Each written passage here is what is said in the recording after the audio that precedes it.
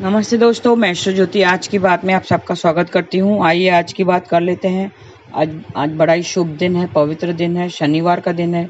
शनिवार के दिन में घर से नेगेटिविटी दूर करने के लिए कुछ उपाय किए जाते हैं। क्रिस्टल बाउल लेना है, उसमें सेंधा नमक भर के रखना है चारों कोनों में। घर के चारों कोनों में क्रिस्टल बाउल रख देना है और उसे अगर काला हो जाए तो बदली करना है, तो इससे घर के सारी नेगेटिविटी दूर हो जाएगी।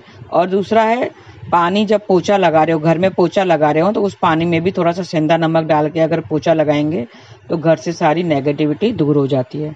तो ये थी खास बात। वास्तु से शुरू करती हूँ, फिर आज की खास बात ले लेंगे और कृष्ण कथा में थोड़ी सी ज्ञान की बातें करेंगे।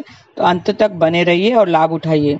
वास्तु की बात कर लेते हैं। पूजा घर में रंग का चुनाव कैसे किया जाता है। घर में मंदिर का स्थान सबसे ऊंचा माना जाता है। पूजा घर के रंग सौम्य और शांति देने वाले होना चाहिए। घर की दीवारों पर हल्का पीला या गेहुआ रंग होना चाहिए। फर्श के लिए हल्के पीले या सफेद पत्थर का चुनाव करें। ये थी वास्तु की बातें। अब योग और तिथि की बात कर लेते हैं।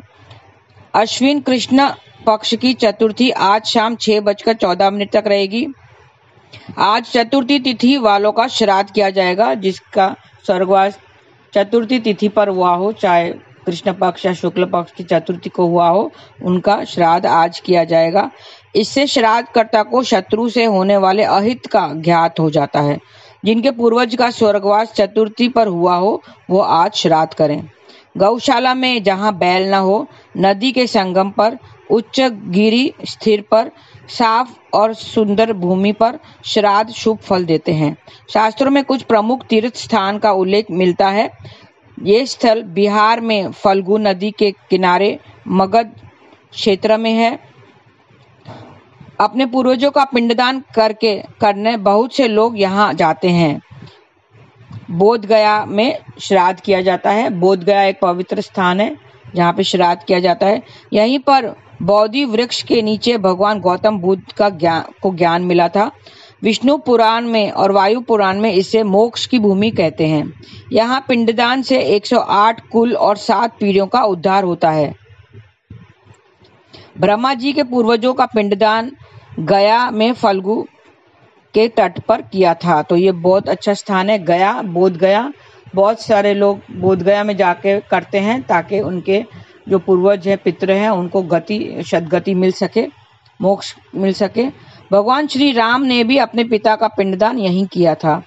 यहाँ अक्षय वट है जहाँ पितरों के निमित्त दान की भी परंपरा है। यहाँ किया गया दान अक्षय हो जाता है। और दूसरा, काशी मोक्ष की नगरी के नाम से ही जाना जाता है। काशी का भी बड़ा महत्व है। सात्विक, राजस, तामस, ये 3 तरह के प्रेत आत्माएं मानी जाती हैं। प्रेत योनियों से मुक्ति के लिए काशी में पिशाच मोचन कुंड है। यहाँ पर मिट्टी के 3 कलश की स्थापना की जाती है। काले, लाल और सफेद झंडे लगाकर श्राद्ध किया जाता है। और तीसरा है हरिद्वार। हरिद्वार का जो पिंडदान है वो भी फेमस है। हरिद्वार में नारायणी शिला के पास पूर्वजों का पिंडदान होता है।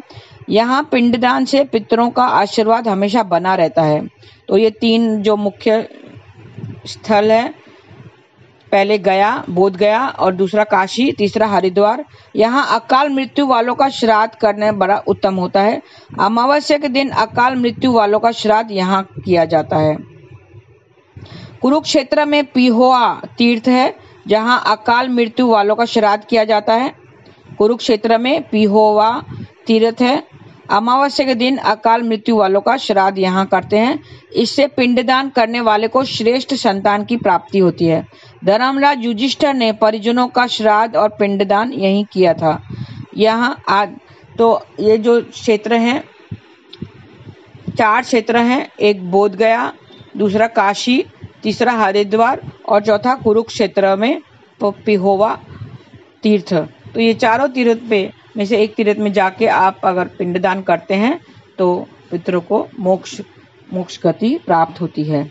आइए अब आज की जो खास बात, दूसरी खास बात है। आज गणेश चतुर्थी है। संकष्टी श्री गणेश चतुर्थी का व्रत किया जाएगा।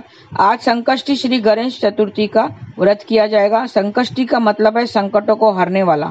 भगवान गणेश बुद्धि, समृद्धि, सौभाग्य देने वाला है। इस व्रत से समस्याओं का समाधान निकलता है। चंद्रमा को अर्घ्य देकर पारण करें और आज चंद्रोदय शाम 7:45 तक होगा और आज दोपहर पहले 11:36 तक व्याघात योग रहेगा। व्याघात योग में किए गए काम में बाधाएं आती हैं। इस योग में किसी का भला करने से भी नुकसान होता है। आप किसी का भला करने जाएंगे तो आप ही का ही नुकसान हो जाएगा। इस योग में किसी का भला नहीं करना चाहिए। फिर उसके बाद हर्षल योग है। हर्षल का अर्थ है खुशी या प्रसन्नता देने वाला योग। इस योग में किए गए कार्य खुशी ही प्रदान करते हैं। तो आज रात 12:35 तक भरणी नक्षत्र रहेगा। भरणी दूसरा नक्षत्र है। पहला नक्षत्र कल था अश्विनी नक्षत्र, आज दूसरा नक्षत्र है। इसका स्वामी शुक्राचार्य है। इसके चारों चरण मेष राशि में आते हैं। भरणी नक्षत्र का प्रतीक चिन्ह त्रिकोण आकृति को माना गया है और इसका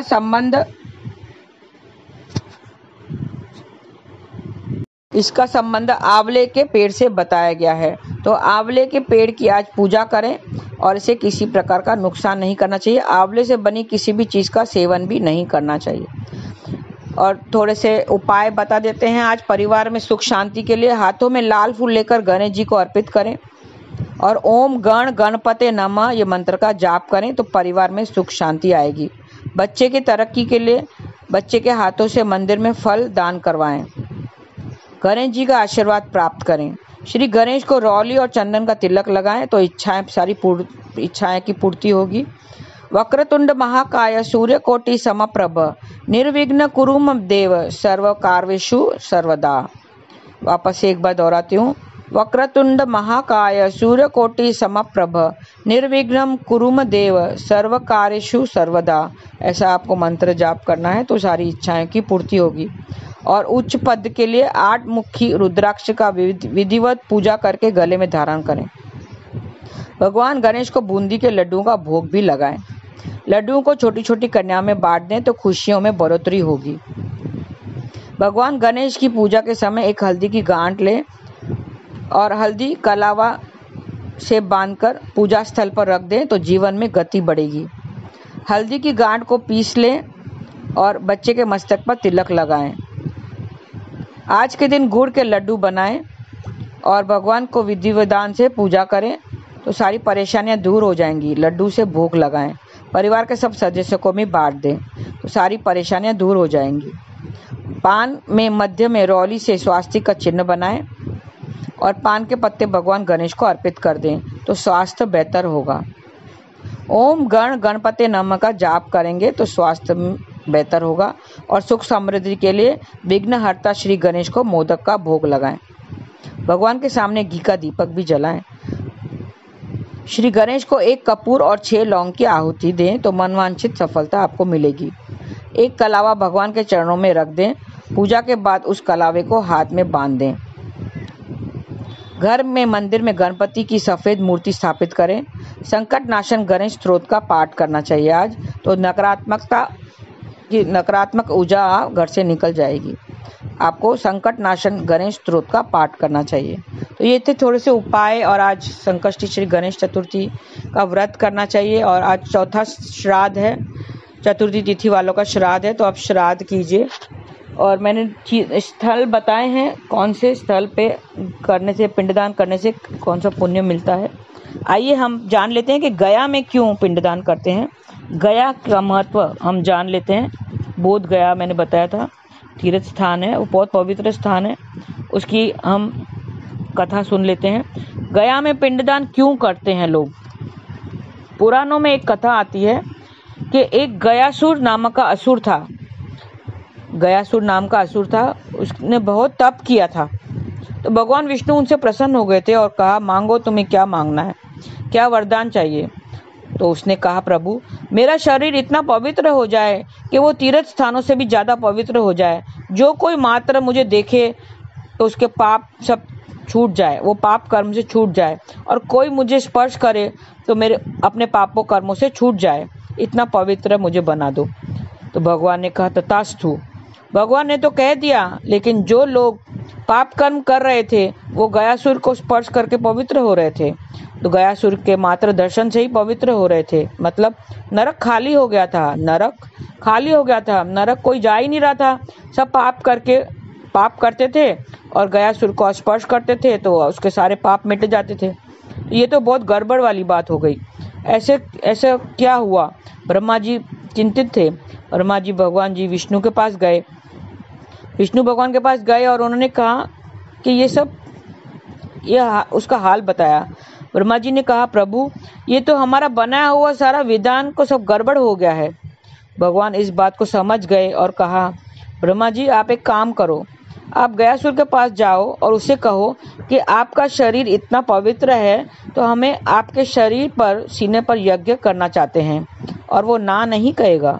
ब्रह्मा जी अब गयासुर के पास गए और गयासुर बहुत प्रसन्न हो गए। उन्होंने कहा, ब्रह्मा जी मैं आपकी क्या सेवा करूं? तो ब्रह्मा जी ने कहा, हे गयासुर आपका शरीर बहुत पवित्र है, हम सब देवता आपके सीने पर बैठकर यज्ञ करना चाहते हैं। गयासुर ने कहा, बिल्कुल करो, ये मेरे सौभाग्य की बात है। तो ब्रह्मा जी ने उस अग्निकुंड वगैरह का निर्माण किया और सब कुछ किया और देवताओं सब बैठ गए। देवता के समस्त देवताओं में बैठे और जब यज्ञ आरंभ हुआ तो उस अग्नि को जब प्रज्वलित किया गया तो अग्नि प्रज्वलित होने से शुरू में गयासुर का शरीर कांपने लगा, थर-थर कांपने लगा और वो अस्थिर हो गया, वो हिलने लगा। देवता सब घबरा गए, भयभीत हो गए कि ये क्या हो गया, ये तो स्थिर ही नहीं हो रहा है, इससे हमारा यज्ञ अधूरा रह जाएगा, कैसे करें, क्या करें, ये पलट जाए तो कहीं बीच में यज्ञ न रुक जाए। तो ये सब उनको चिंता हो गई। तो समस्त देवताओं ने श्री हरि को पुकारा। उस वक्त श्री हरि आए और अपनी गदा से उसके सीने पर रखी, अपनी गदा उसके सीने पर रख दी, उसका शरीर स्थिर हो गया और देवताओं का यज्ञ संपूर्ण हो गया। तब गयासुर ने कहा, प्रभु मैं आपसे कुछ मांगना चाहता हूँ, मुझे दोगे? प्रभु ने कहा, हाँ हाँ मांगो, क्या मांगना चाहते हो? गयासुर का शरीर उस वक्त जल गया था, पूरा जल गया था, उसकी मृत्यु करीब थी, मृत्यु हो रही थी। तो उसने कहा, प्रभु जितने दायरे में मेरा शरीर है, आपको पता है उसका शरीर, पुराणों के हिसाब से उसका शरीर लगभग 10 मील तक फैला हुआ था।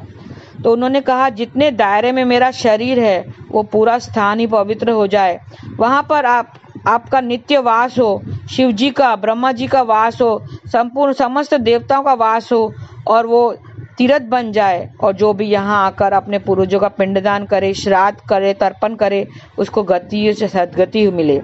भगवान ने कहा, तथास्तु प्रभु, ये जो पवित्र तीर्थ स्थान का जो आपने आशीर्वाद दिया है वो मेरे नाम पर हो। तो उसका नाम गयासुर था और इसके लिए इस तीर्थ का नाम गया पड़ गया, गया तीर्थ बन गया। और इस गया तीर्थ पे समस्त देवताओं का वास है और बहुत पवित्र स्थान है, इसलिए लोग यहाँ पर इसके तट पर आकर पिंडदान करते हैं, श्राद्ध करते हैं, तर्पण करते हैं। तो आप भी अगर पिंडदान करना है तो गया में जाकर, जो भी पिंडदान करता है, जो लोग गया में अपने पूर्वजों का, पितरों का पिंडदान, श्राद्ध, तर्पण करते हैं तो उसको गति, सद्गति मिलती है और मोक्ष की प्राप्ति होती है। तो ये थी गया को क्यों हम गया में क्यों जाकर श्राद्ध करते हैं, गया क्यों पवित्र स्थान माना जाता है, पिंडदान क्यों करते हैं, इसकी कथा मैंने बताई। आगे भी आप सुनते रहिए।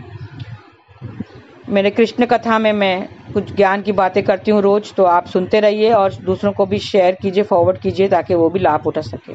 और आप नाम जपते रहिए, हरे कृष्ण कृष्ण कृष्ण हरे हरे, हरे राम राम राम हरे हरे।